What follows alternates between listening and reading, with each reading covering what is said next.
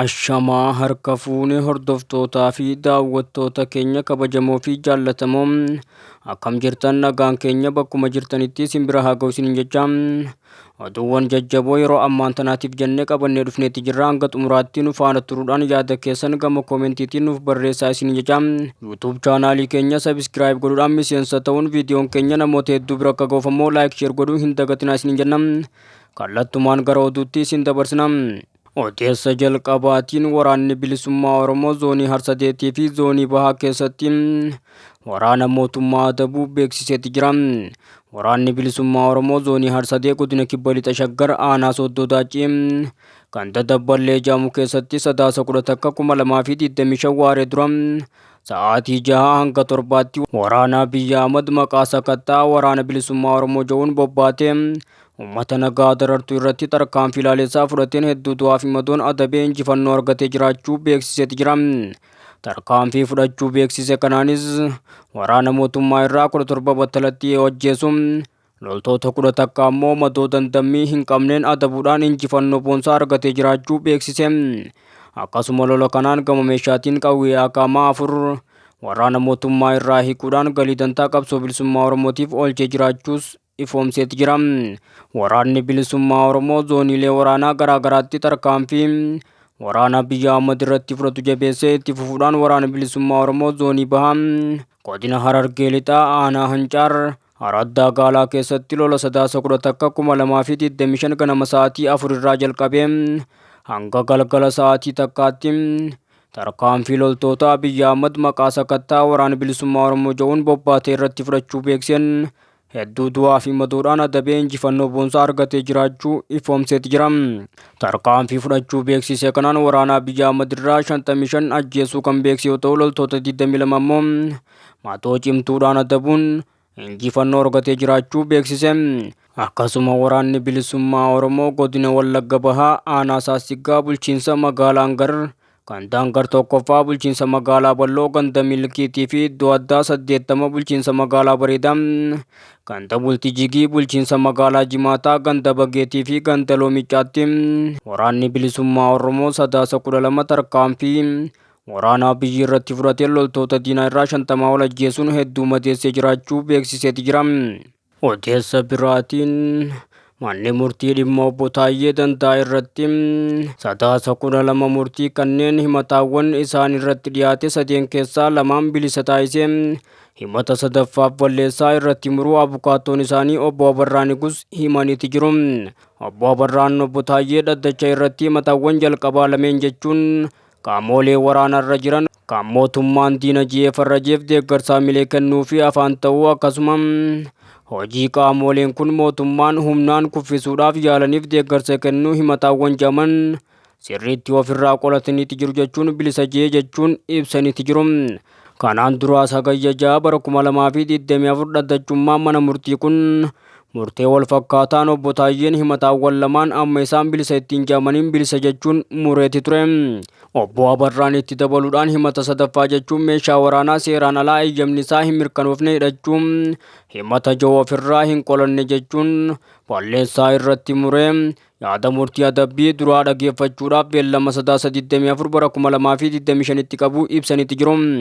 Mana murtii olaanaa federaalaa Lidataa dhaddacha tokkoffaa kan dhimmoota farra shororkeessaatii fi heeraatti kan dhiyaatan obbo Taayyeen iyyata isaan dhiyeeffatan irratti beellama har'aatiin manni murtichaa wanti murteessee yookiin ilaalee akka hin jirre abukaatoon obbo Taayyee ibsaniiti jiru.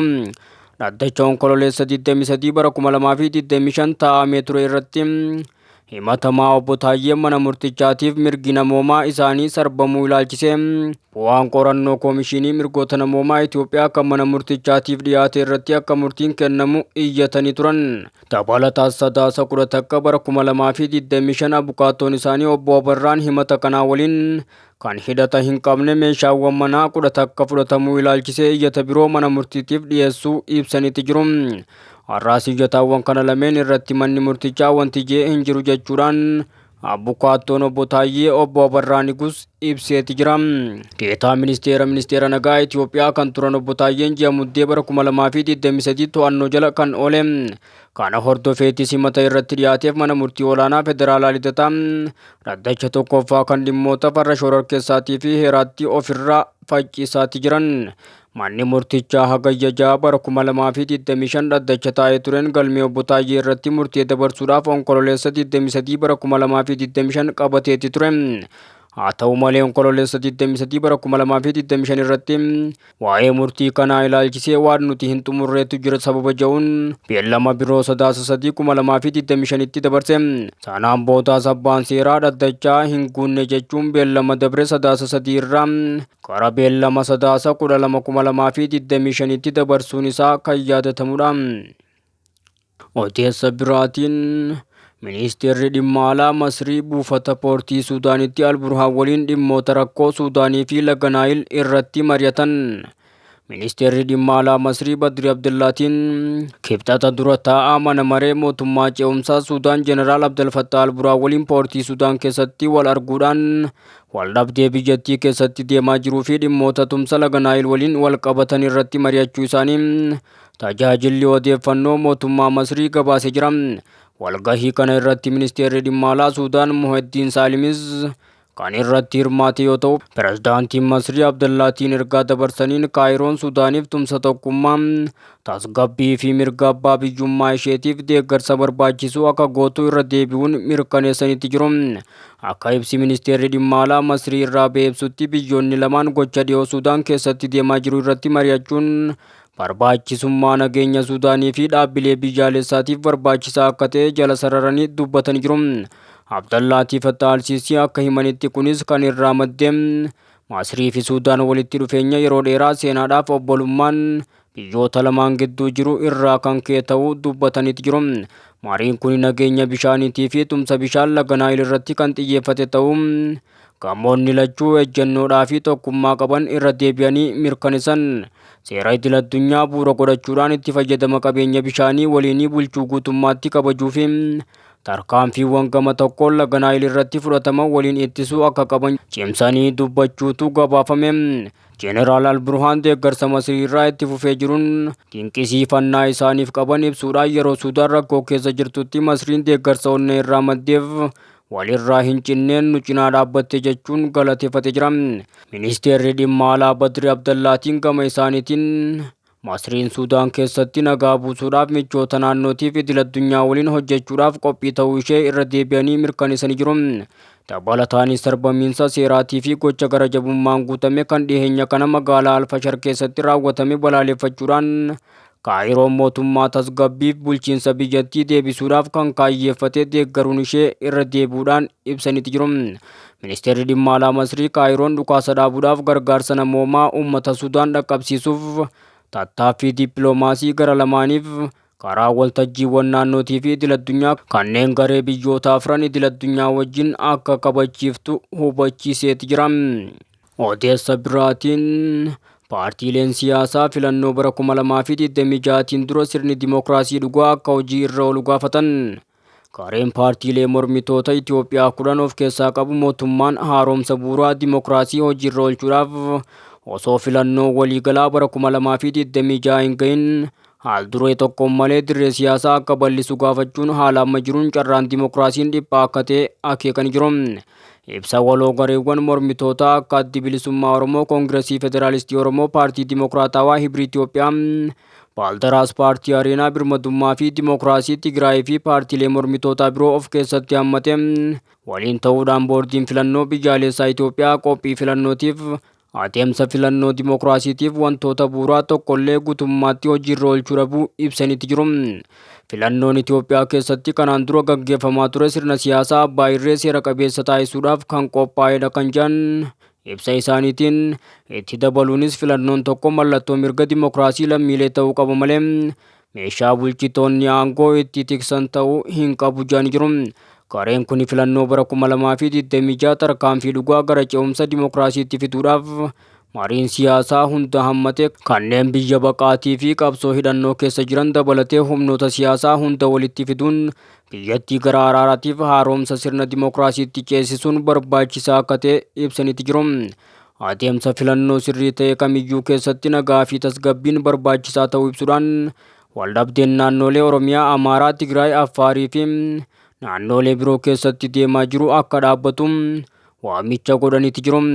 Ibsichi itti dabaluunis paartiileen siyaasaa kaadhimamaadhaaf jireenya lammiileen siyaasaa keessatti guutummaatti hirmaachuuf bilisummaan socho'uudhaaf nageenyi isaanii akka mirkanaa'u dabalataanis diinummaan hatattamaan akka dhaabbatu gaafataniiti jiru.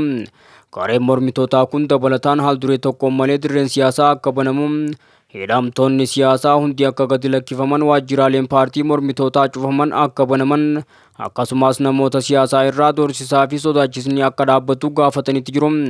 Boordiin filannoo biyyaalessaa qaama kamiyyuu irraa walaba ta'uudhaan paartiileen kunneen adeemsa iftoomina qabu waliigaltee irratti hundaa'ee fi paartiilee siyaasaa hunda hirmaachisuun irra deebiidhaan akka ilaalaman gaafataniiti jiru.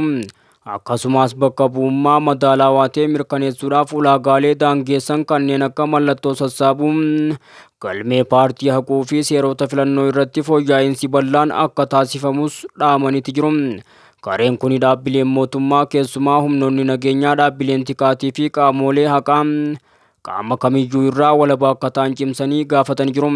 Itti dabaluudhaanis qaamoleen kunneen akka paartii biyya bulchuu osoo hin taane akkaataa qajeelfama heera mootummaatti tajaajiluu akka qaban cimsanii dhaamaniiti jiru. Akkasumas bilisummaan pireesii akka jiraatuuf gaazexeessitoota biyya ari'uun akka dhaabbatu gaafatanii kan jiran yoo ta'u, miidiyaaleen biyya keessaatis ta'ee kanneen idil addunyaa odeeffannoodhaaf adeemsa filannoo walqixaa akka gabaasan cimsanii gaafatanii jiru. Dhumarratti ibsichi sadarkaa adeemsa filannoo hunda irratti taajjabdoonni filannoo biyya keessaatii fi idil addunyaa guutummaatti akka hirmaatan gaafateeti jira. Akkasumas gamtaan Afrikaa, gamtaan Awurooppaatii fi dhaabbanni mootummoota gamtoomanii haaldureewwan filannoo amanamaa tokkoof ta'ee fi barbaachisoo ta'an akka guutaman hordoffii godhuu akka qaban gaafate jira. Filannoon haalduree bu'uuraa kana osoo hin guutin gaggeeffamu kamiyyuu fedhii uummataa ibsu osoo hin taane fakkeessaa sirna dimookiraasiitti ta'a jechuun paartiileen kunneen akeekkachiisaniiti jiru.